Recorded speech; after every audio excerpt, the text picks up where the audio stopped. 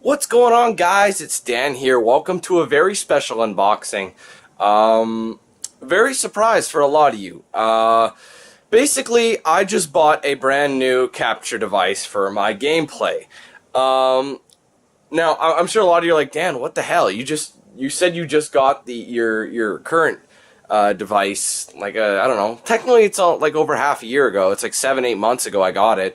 And, you know, basically, why did I do this? Okay, you know what? I don't know if you guys saw previous videos. Dead Space had happened. Crisis 3 had happened. Basically, the capture device screwed up and didn't just cut the audio. Now, back in the day, like I'm talking like a couple years back with my old PVR, this would happen from time to time. It wouldn't happen often, but it would happen occasionally. I usually get really lucky and it would cut out right when I was about to stop it.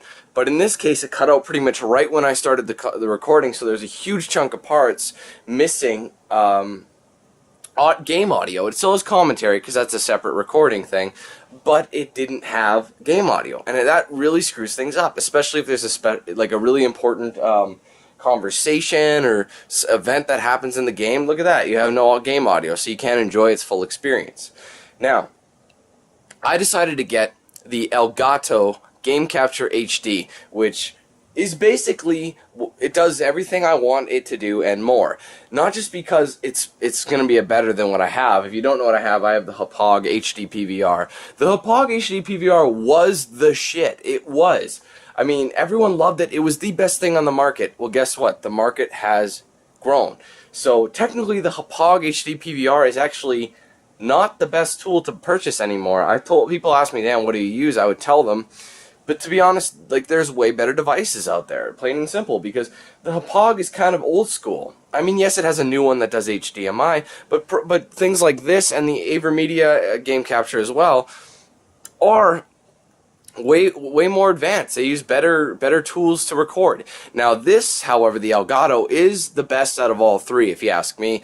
The AverMedia doesn't have as many features. It can't do the night. Its quality isn't as good. Same thing with the Hauppauge HD PVR. Same deal. So this not only has some awesome features that I love, but the quality that it records in is awesome.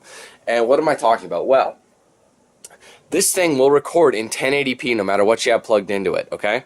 So basically, the cool thing about that is, and it also converts it. So say, for example, oh my god, okay, 1080p doesn't seem to record that well, or something like that. Let's just say that were to happen.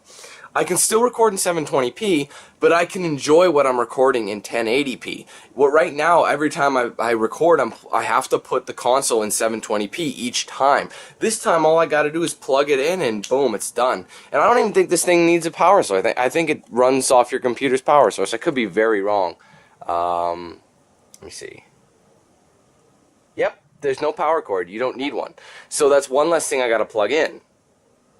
So, there's quick start guide, USB cable, HDMI cable, PS3 cable, and component adapter. In the event that I want to use components, so I don't have to use HDMI, but it does have an S-video slot if you want to use components. So, like I said, if I'm feeling, you know, like, oh, I don't want to use HDMI or I don't have the necessary things to do it, well, there you go. And this, it says it only works for PS3 and Xbox. It doesn't say it only works, but it just says for Xbox 360 and PS3. Well, just so you know, it does work on Wii U. I looked it up before I tested it. It's just that Wii U came out after this thing was first released. So anyway, enough blabbering. Let me open this up for you, show you guys the new device. Today's the actual perfect day. What's happening here? The perfect day for me to actually get this, and for this, because I ordered it online from Amazon.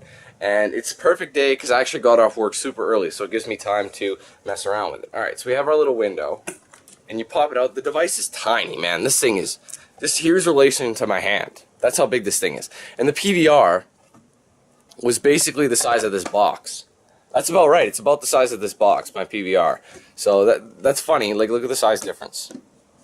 That's crazy. So you have your, I believe that's HDMI in, so whatever device you're recording with your S-video, which is basically also your component parts, and HDMI out. Wait, is that right? Yeah. So this will basically go. This will go to your TV, and at least I think that's how it's gonna. Hopefully I don't have to go out and get a longer HDMI cord or a longer USB. I should be okay, but I may have to run out real quick and buy one. I certainly hope I don't have to do that. But anyways,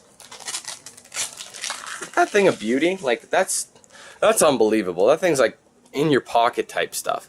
So anyway, that's the actual recorder. Now there's going to be other components and parts in here. Just let me open this box here. Alright, so enclosed, here is the S-Video to component, if I'm not mistaken, or it's just a component adapter. You have an HDMI. Don't know which one it's for. It says there's one for PS3 and Xbox. Doesn't make sense.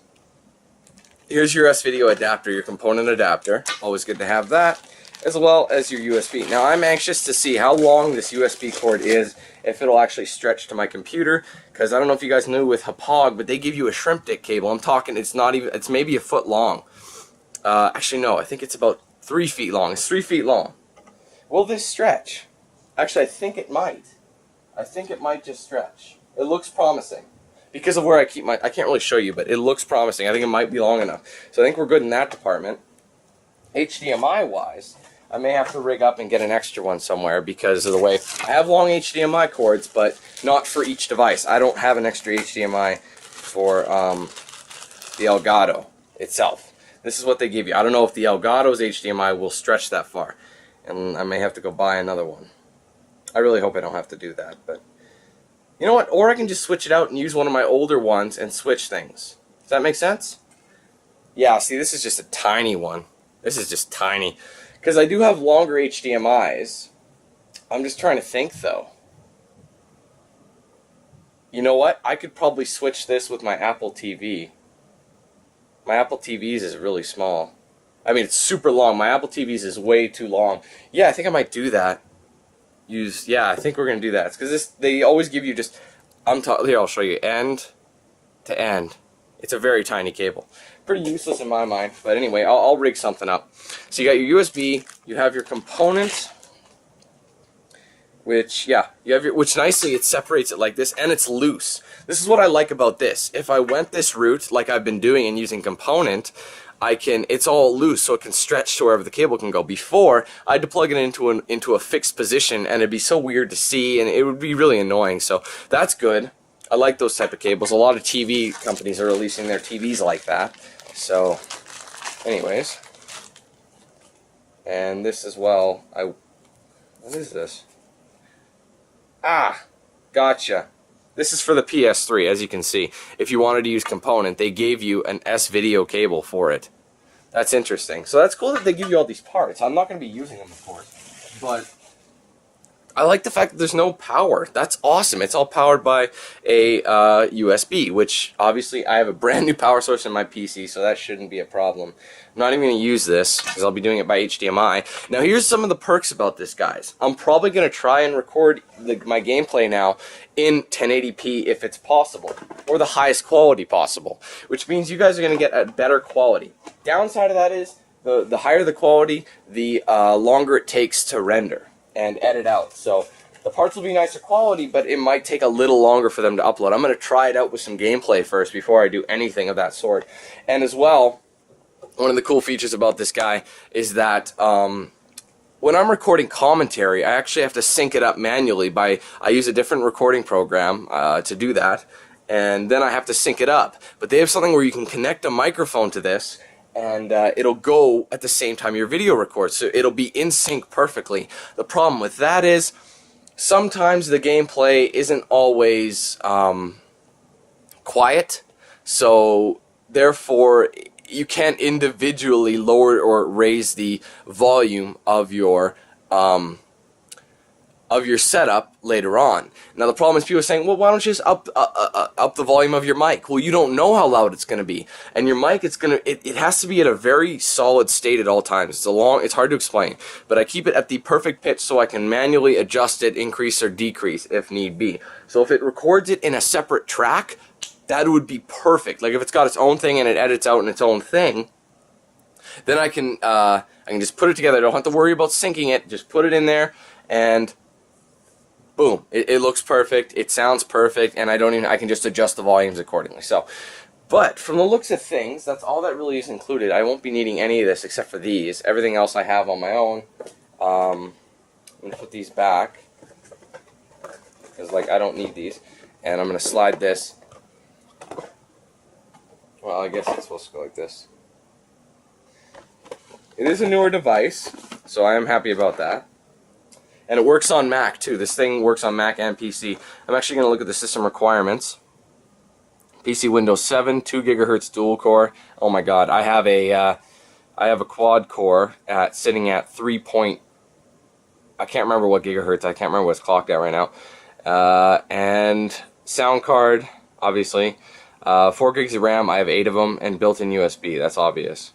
But I can't wait to try this out. I want to see the quality, and I'm going to try and finish up some complete some games that I've been working on, and we'll see how good they look. And you guys have to give me some feedback, because that'll be the test footage. It'll still be a part of the gameplay, but you'll have to let me know how it looks. I really want to see. So, thanks guys for watching this special unboxing of the Elgato Game Capture HD.